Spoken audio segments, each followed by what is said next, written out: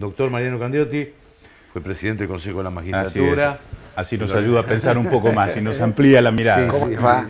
¿Qué tal, Mariano? Buenas noches. A ver, ¿en qué estás de acuerdo, en qué no de todo lo que venimos hablando? Gracias por la invitación. No. Me estaba acordando, la última vez que estuvimos tocamos el mismo tema. Exactamente. La pregunta de Osvaldo fue, cuando culminan los gobiernos, comienzan los juicios los que se fueron. Exactamente. Sí. Recuerdo. Exactamente. Me parece que el panorama actual sigue siendo parecido, pero respecto al tema que vos comentaste en la introducción, el tema de la duración de los mandatos de los cargos de los jueces. Mirá, para mí hay tres temas que se vinculan, la línea histórica, digamos. El primer tema es conceptualmente qué es el derecho. El derecho es un instrumento utilizado para convivir los seres humanos. El derecho supone conceptos, normas, valores, axiomas, preconceptos, paradigmas, que esto se trasunta en la existencia y transcurre en la existencia de la creación de los estados. Locke primero, Montesquieu después hablan de la división de poder. Yo de ese tema, a partir de ahí, hablo de la justicia. Yo creo que la justicia como división de poderes tiene... Del espíritu de las leyes. El espíritu de las leyes de Montesquieu. Entonces, a partir de ahí a mí me parece que hay que valorizar la justicia como poder y como función. Hay una doble mirada. La mirada como poder es la que evidentemente tiene mucho más fundamentos filosóficos, jurídicos, que la cotidianeidad, como planteabas en el ejemplo de la ineficiencia, aparentemente, de la persecución de un delito cometido y filmado. Ese es un tema que no es que no merezca atención, claro que la merece. Me siento más capacitado para hablar del marco teórico que del marco operativo.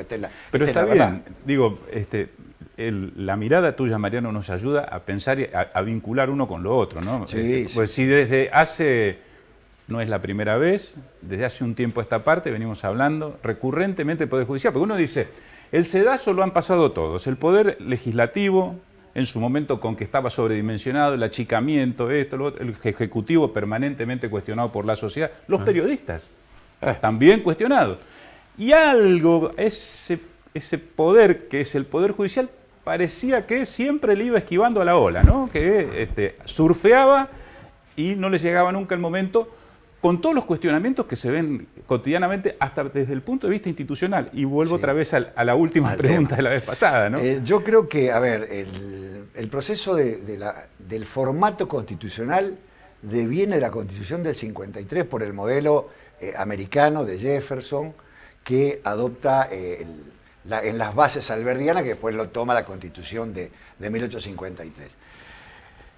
Y uno de los temas centrales en la conformación de la República que piensan los federalistas, que toma Alberdi y que toman varios países de la región, es no pensar en los plazos de designación de los magistrados.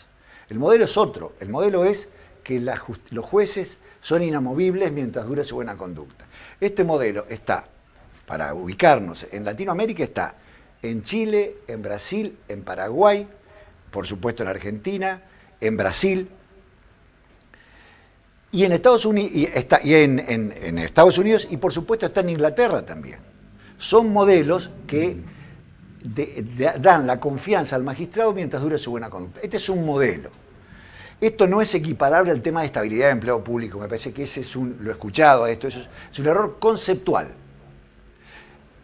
Hay textos constitucionales que abarcan los dos temas en forma diferente. Es un mandato constitucional diferente. Es decir, el artículo 14 bis habla de la estabilidad propia del empleo público y en el derecho laboral cotidiano se habla de la estabilidad impropia, que lo que se protege en el marco constitucional es el despido arbitrario. O sea, un empleado público, una relación de empleo público, salvo los casos excepcionales, no se puede interrumpir si no es por un sumario, en tanto que un trabajador del trabajo común puede ser sin causa despedido previo pago de indemnización. Esta es la estabilidad de los empleados. Ahora, Mariano, no es la estabilidad de los magistrados, no tiene nada que ver. Ahora, en la estabilidad de los magistrados, Mariano, sí. Más allá de lo constitucional, de que duran en sus mandatos mientras dure su buena conducta, ¿vos crees que tienen que hacer alguna validación de sus conocimientos en forma periódica, del análisis de sus fallos? ¿Crees que tiene que haber? una revisión de ese tipo o no? No, yo creo que no, hay dos modelos. Un modelo es el modelo colombiano, otro es el modelo, yo en alguna oportunidad lo planteé en Uruguay, dando una charla para un conjunto de jueces que me habían invitado. El modelo es hacer una accountability, lo que se denomina accountability, ver si los magistrados están en condiciones de seguir prestando funciones en el mismo nivel académico, en el mismo nivel de maduración, de preservación y demás. Esto, por ejemplo, en Colombia, uno de los incentivos que se utiliza son concursos de contenido de sentencias, voluntarios para los jueces, que concursan a ver qué juez tiene internamente un nivel académico o jurisdiccional, jurisprudencial, aceptable. Esto es un modelo. Yo creo que nuestro mandato, la cobertura constitucional está prevista en el desempeño, la ignorancia del derecho como causal de mal desempeño, que está previsto en la propia Constitución, de ser analizada en el marco del artículo 115 de la Constitución, que es el jurado de enjuiciamiento, como segunda parte del agregado al Consejo de la Magistratura. Me parece que es por ahí el tema. Después hay dos fallos que tenés el Consejo de Magistratura para poder destituirlo también. Sí, por supuesto, ¿no? Sí. Por supuesto. Ahora, todo el poder disciplinario, quise decir. Bien, Dentro del poder disciplinario está este tema, está esta posibilidad. Sí, pero hay que agregar un detalle, Mariana, a ver qué opinas, ¿no? Un juez puede estar absolutamente convencido del contenido de su decisión. Por ejemplo, dar la libertad a un abusador sexual. Sí. Sin embargo, la corriente de opinión pública influye, te guste o no te guste, influye, digamos, en el juez, en los que tienen que tomar la decisión del juez, en los que tienen que revisar la sentencia. Esto es indudable hoy en día, con las redes sociales, con los medios de comunicación. Las organizaciones con sociales, las organizaciones las movilizaciones. sociales, es decir, ahí... A mí me tocó participar en la primera acusación que hubo contra el juez Axel López, que luego fue sancionado, no sé si recuerdan, es un juez de ejecución de sentencia, por lo tanto los casos de pedidos de salida los analizan ellos.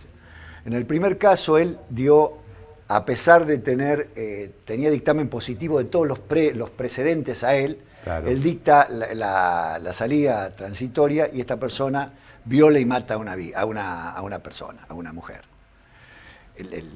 La defensa del juez, evidentemente, se ajustó a los precedentes que él tenía. Él tenía todos los informes positivos, pero en el segundo caso, la segunda vez que este juez es sometido a juicio político, es el caso de una persona que él mata en Corrientes. No recuerdo exactamente el caso, el fallo, el nombre de la víctima, donde él no siguió los dictámenes de la pericial, de los peritos que le recomendaban que no otorgue la libertad. Este es un caso típico de mal desempeño, así se consideró. El tribunal, el Consejo de la Magistratura lo ordenó la iniciación del sumario y fue sancionado en ese sentido. Son, digamos, las pautas normativas constitucionales que tenemos nosotros para adecuarnos a este tema. Este es un tema. Después el tema de la permanencia en el cargo. Hay dos artículos que son claves en la Constitución para este momento del debate. Inclusive hay un tema que no está cerrado todavía. Ustedes se van a encontrar enseguida. Los artículos son el 110, que dice que los jueces son inamovibles, y hay un artículo que es previo a este, que es las atribuciones del Poder Ejecutivo. Dentro de ese artículo es donde aparece la limitación de la edad. Los 75 años como límite no están dentro del Poder Judicial, están como facultad del Poder Ejecutivo, lo cual ya desde el punto de vista estructural está fuera del contexto que tiene que tener. No es una facultad cualquiera, es modificar la inamovilidad de los jueces. Sobre este tema hay dos fallos que son claves en este tema. Primero el fallo Fait, y luego el fallo Schifrin, Leopoldo Schifrin, solamente con el voto negativo del ministro Rosenkrantz.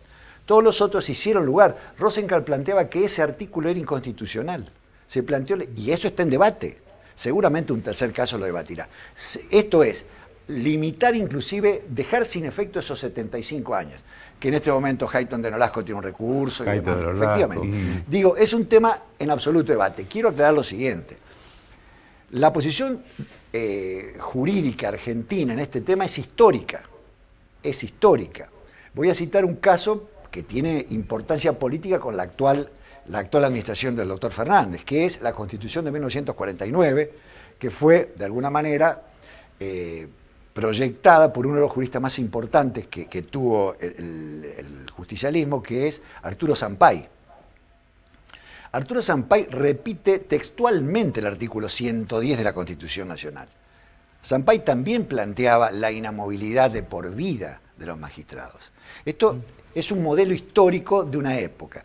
Hoy, si uno analiza el resto de las constituciones, esto es importante tenerlo en cuenta, el derecho constitucional comparado, hay muchos modelos de limitación en la duración de los cargos de los jueces. No es reglamentario, es constitucional lo que estoy hablando. No es reglamentario. Es una apreciación equivocada decir que es reglamentario. Es un mandato de la Constitución. Por ejemplo, México dice claramente, no recuerdo el artículo, pero México habla claramente que los jueces duran 15 años en sus cargos. Ajá. Contrariamente a esto, Estados Unidos dice que todos los jueces, los 3 niveles, es inamovible. Estados Unidos tiene un formato de justicia similar al nuestro, uno local y uno federal. Entonces, en Estados Unidos está claramente definido, en la Constitución Nacional solamente se habla de los jueces nacionales y federales. Hay 2 planteos en este momento, un planteo se hizo en Salta con el Ministerio Público y hoy hay un planteo en Neuquén, donde los jueces no tendrían la inamovilidad que prevé el artículo 110. Ajá. El razonamiento que se está haciendo es que esta es una facultad no delegada de las provincias a la nación y por lo tanto pueden tener un sistema diferente. Caso, ley de lemas en Santa Cruz y en La Río y en Formosa. La Corte se expidió diciendo que este era un tema de las provincias, que no era un tema nacional porque la Constitución no habla de la transferibilidad o no del voto. O algo ocurre similar respecto a la conformación del Poder Judicial. La responsabilidad de la justicia provincial es de cada provincia, como lo es la salud, como lo es la educación. Este es un modelo a tener en cuenta. En el ámbito federal, no. Este tema está resuelto por el artículo 110 de la Constitución. No hay dudas en este tema. Cualquier propuesta que se haga es una propuesta de ley referente, evidentemente, la posibilidad de discutir este tema en un eventual planteo de reforma constitucional. Que detrás de esto puede o no puede haber propuestas y miradas políticas, siempre las hay. Cualquier reforma constitucional es una política pública que tiene una ideología implícita, lo cual es lógico. El Pacto de Olivos es una mirada diferente de la política. Se han acercado 2 movimientos nacionales y han decidido conformar un nuevo proyecto constitucional. Si es o no el tema, no me corresponde a mí, pero para hacer una modificación de este tema es imprescindible dejar de lado el artículo 110 de la Constitución Nacional. No es posible ser interpretado este artículo en ese tema. Mariano, muchas gracias por la visita. Al contrario, gracias a ustedes, buenas noches. Ha sido un gusto.